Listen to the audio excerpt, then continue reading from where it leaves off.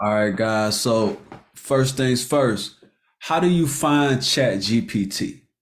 Right? Like, where is it? Okay. So, of course, this is for the people that have no clue about ChatGPT. And then, of course, this is for people that are already familiar with it, but they want to, take it to another level. But we got to start from the beginning, right?